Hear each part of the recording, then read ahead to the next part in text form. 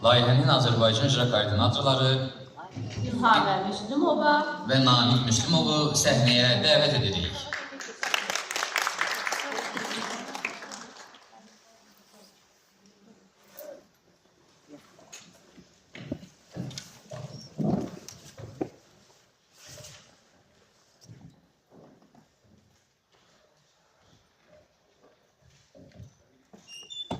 İlk öncə hər birinizi salamlayıram. Başda şəhid ata-anaları olmaqla bütün dəyərli qonaqlarımıza, yazarlarımıza, ələxüsus Türkiyədən təşrif buyuran dəyərli qələm dostlarımıza xoş gəlmisiniz deyirik. Bugünün, bu layihənin, bu kitabın səbəbkarları olan şəhidlərimizə Allahdan rəhmət diləyirəm. Belə igid övladları vətənə ərmağan edən dəyərli şəhid ata-analarının əllərindən öpürəm, önündə baş əyirəm.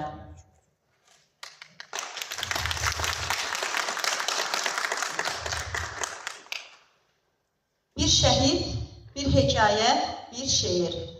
Yəqin ki, hər kəsə maraqlıdır. Bu kitab niyə bu cür adlanır? Bu ideya hardan gəldi? İzninizlə sizi yaxın keçmişə, aylar öncəsinə xəyalən aparım. Təxminən 2025-ci ilin ilk günləri idi. Sosial şəbəkələrin birində Harun Yıldırım adlı bir yazarla, Türkiyəli yazarla tanış olmuşduq. Şeir ədəbiyyat adına etdiyimiz söhbətlərin birində Harun bəy memarı olduğu, Türkiyədə illərdir davam edən bir şehit, bir öykü, bir şiir adlı projesindən bəhs etdi. Və bildirdi ki, artıq 3-cü cildi bu projenin nəşr olunur. 3 kitabda toplam 100-dən artıq Türkiyəli şəhidin həyatı işıqlandırılıb və Harun bəy öz arzusunu dilə gətirdi ki, bir gün mütləq bu projede Azərbaycan şəhidlərini yazmaq istəyirəm. Sadəcə Azərbaycanda bizə dəstək olan qələm dostlarımıza ehtiyac var. Təbii ki, bizim üçün şəhid deyiləndə axan sular durur. Bir də istəyin qardaş ölkədən, dəyərli qardaş yazarlarımızdan gəlməyi bir başqa qürurlandırdı bizi. Ona görə də düşünmədən razılıq verdik və beləliklə şərəfli, bir o qədər də məsuliyyətli bir yola başladıq. Sosial şəbəkələr üzərindən anons etdik bu proje ilə bağlı. Çox sağ olsun, Azərbaycanlı yazarlar da tezliklə bizə qatıldılar. Əlbəttə, bu projenin tələbləri o qədər də asan deyildi. Çünki hər bir yazar bu kitabda həm nəsr, həm də nəzm nümunəsi yazmalı idi bir şəhidlə bağlı. Buna baxmayaraq, yazarlarımız, həm Türkiyəli, həm Azərbaycanlı yazarlarımız böyük həvəslə, coşqu ilə bu projeye qatıldılar.